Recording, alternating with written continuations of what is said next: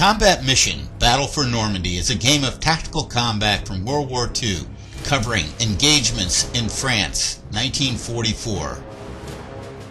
The combat is intense and realistic. Since Combat Mission can simulate the World War II battlefield so well, it is important to use proper tactics. This video series will provide tips on how to fight. In this first video, we will be going over some essential concepts that need to be understood and taken to heart to be successful. Situational awareness begins with the briefing. Read each element carefully, paying particular attention to the enemy forces in the situation, looking for clues that will help you. Checking the tactical map helps you orient the battlefield. It also gives a nice summary of reinforcements, support, and objectives.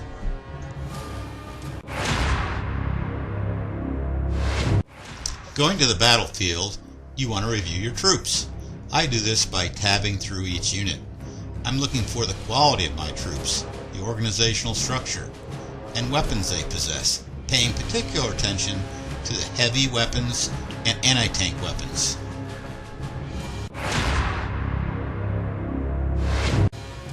The best and most unique feature of Combat Mission is the way the game builds artificial intelligence into each and every man. The men react to combat in a realistic manner. Because of this feature, you can improve the effectiveness of your play by putting yourself in the men's shoes. Zoom the camera down to eye level. Look around. Take in the situation, then act accordingly.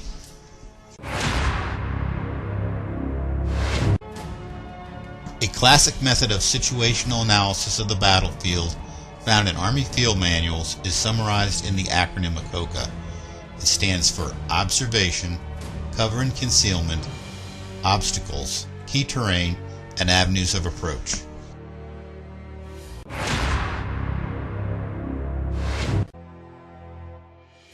It is important to look at elements of ACOCA as an integrated group, not in isolation.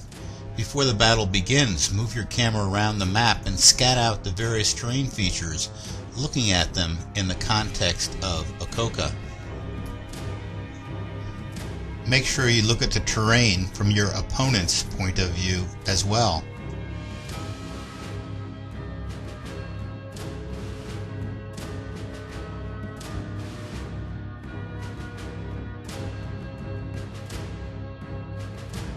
Here's key terrain, giving an advantage to whoever holds it because of the long-range observation and fields of fire.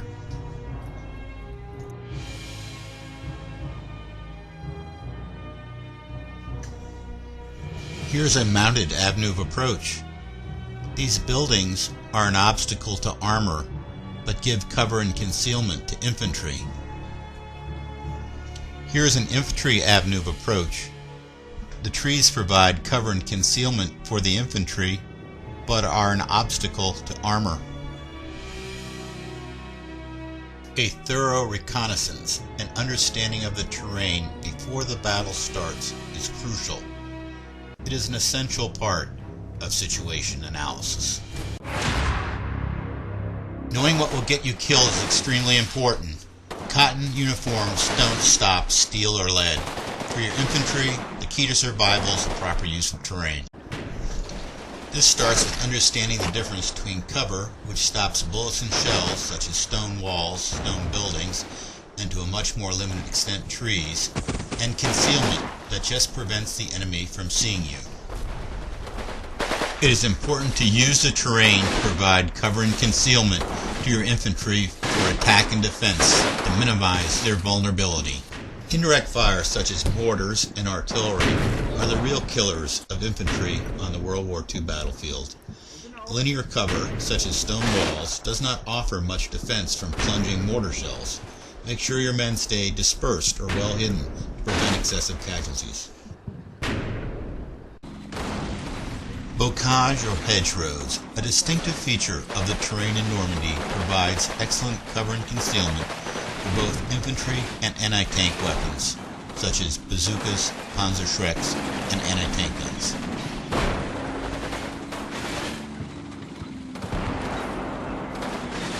Buildings are good to fight from, with the top floors frequently providing long-range observation. They are excellent for concealing troops and offer some limited cover or protection from bullets. But remember, buildings are easy targets, and against tank fire and concentrated small arms are often death traps. Armored fighting vehicles provide both speed and protection on the battlefield. Light armored vehicles such as half-tracks, where the crew and passengers are partially exposed, are vulnerable to small arms. Their thin armor makes them good targets for anti-tank weapons. Though they are armored, half-tracks are vulnerable to the smallest caliber cannon fire. You should avoid exposing them whenever possible. For armored fighting vehicles, vulnerability is all about armor, angle of fire, and weapons ballistics. The 37mm gun on an American armored car easily penetrates the frontal armor of a German armored car. The frontal armor of a Panther tank is nearly invulnerable to the fire of a Sherman, but the Panther's cannon easily penetrates the Sherman's frontal armor. Minimize your vulnerability by knowing both your own and your enemy's fighting vehicle's strengths and weaknesses.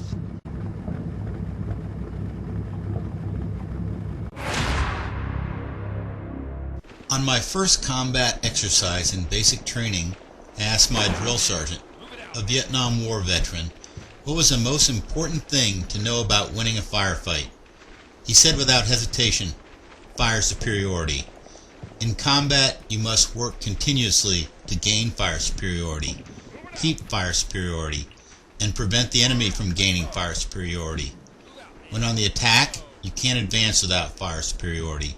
When on the defense, you can't stop the enemy without fire superiority. As a defender, your plan for gaining fire superiority begins by analyzing enemy avenues of approach, then positioning your weapons to create a kill zone where you will have interlocking fields of fire that will quickly overwhelm the enemy forces. As a defender, knowing when to open fire is very important. You don't want to reveal key weapon systems such as anti-tank guns prematurely, but you also want to make sure that you overwhelm the attacker with your fire as quickly as possible to obtain fire superiority. Gaining fire superiority is a race to see which side can build up a volume and weight of firepower that will overwhelm the other side.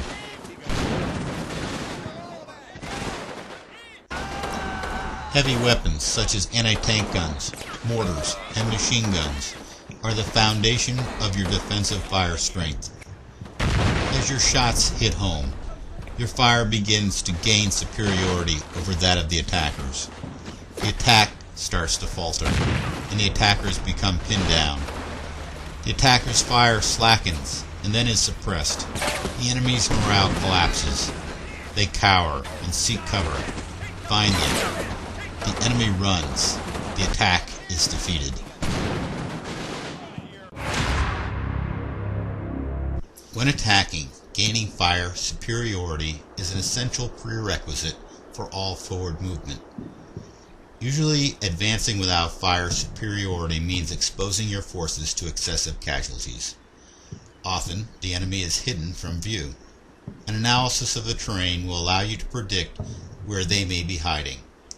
Position forces capable of delivering a heavy volume of fire, such as machine guns and mortars, to fire upon possible enemy locations. The first step to gaining fire superiority is discovering the enemy's position with the least possible force and loss. The majority of your maneuver forces position themselves to fire on enemy locations.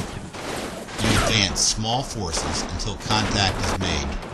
Once the firefight begins, build up your fire quickly to overwhelm the enemy and gain fire superiority. The use of light armored vehicles such as half-tracks and fire support is effective once enemy heavy weapons are suppressed. Move forces to where they can fire on revealed enemy units to suppress them before attempting to advance exposed troops. Tanks hammer suspected and known enemy positions to ensure fire superiority is gained and maintained throughout the attack. Use combined arms to deliver devastating firepower in support of advancing infantry. Position attacking forces to ensure fire superiority even if the enemy moves up new forces or attempts a counterattack.